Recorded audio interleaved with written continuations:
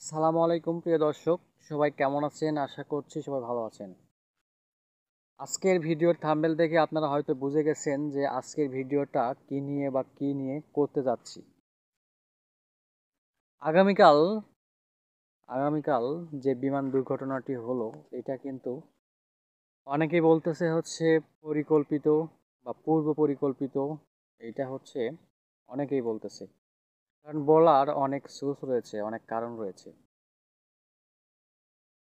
Enemy নামে Facebook একটা verify page আছে, যেই পেজে বলা হয়েছে যে আজকে কোনো একটা বিমান দুর্ঘটনা হতে পারে কোনো একটা স্কুলের উপরে।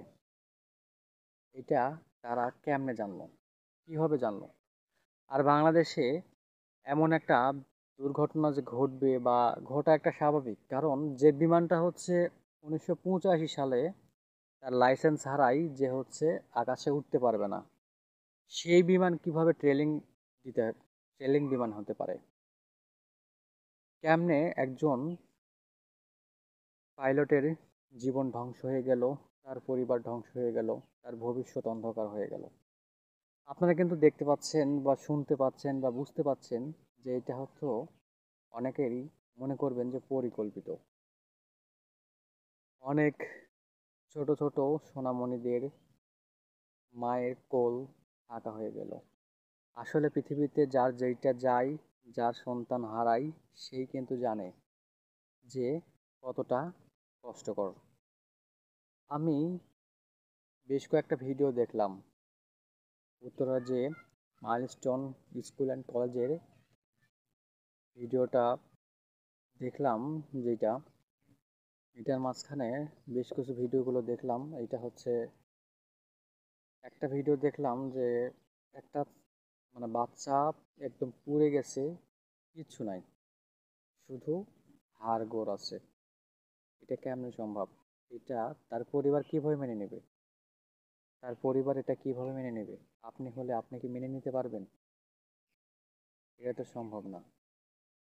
বাংলাদেশে এমন এমন কিছু ঘটনা ঘটতেছে, যে ঘটনাগুলো ঘটার মতো না বা মেনে নেওয়ার মতো না। কিছুদিন আগে কি হলো, একজন ব্যবসায়ীকে পাথর দিয়ে হত্যা করা হলো। কিভাবে? আপনারা কিন্তু দেখলেন, আপনাদের কিন্তু চোখের সামনে ফেসবুক ফেসবুক যে পেজ বা ফেসবুক এই প্ল্যাটফর্মে কিন্তু আপনাদের এই ভিডিওটা আছে। মানে এর কারণ হচ্ছে, যে হত্যা করলো তার কিন্তু পুরা আছে, সে ভিডিও ফুটেজ আছে। কেন তার বিচার হবে না বাংলাদেশে? তারপরে কয়েকদিন আগে একটা ভিডিও দেখলাম, যে ভিডিওতে হচ্ছে দেখা যাচ্ছে মানে একটা বাড়িতে ডাকাতি করতে গেছে বা পূর্ব শত্রুতামূলক কোনো কারণ হতে পারে, গেছে। যাওয়ার পরে দেখা যাচ্ছে হাঁসের দিয়ে কোপ মারছে, হাত ঝুলতেছে। বিষয়টা দেখার পর আমার অনেক খারাপ লাগলো, আমার চোখ দিয়ে অনেক পানি বেরিয়েছে। বাংলাদেশের অবস্থান যে কোথায় কেউ এখনো বলতে পারবে না।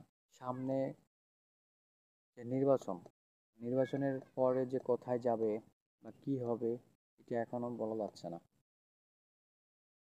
আসলে আল্লাহ তাআলা এই বিপদগামী মানুষদেরকে হেফাজত করুক, বা আল্লাহ তাআলার হেফাজত ছাড়া কখনো এইগুলো আটকানো সম্ভব না। আমাদের বাংলাদেশে এরকম ঘটনা বিগত দিনে বহুতবার হয়েছে বা এখনো হচ্ছে। এটা কোনো নতুন ঘটনা না।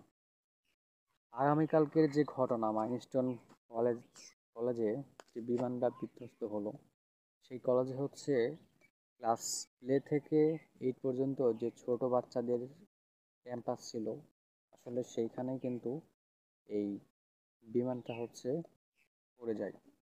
আর এইটার ফলে তাদের ছোট ছোট প্রাণ ঝরে যায়।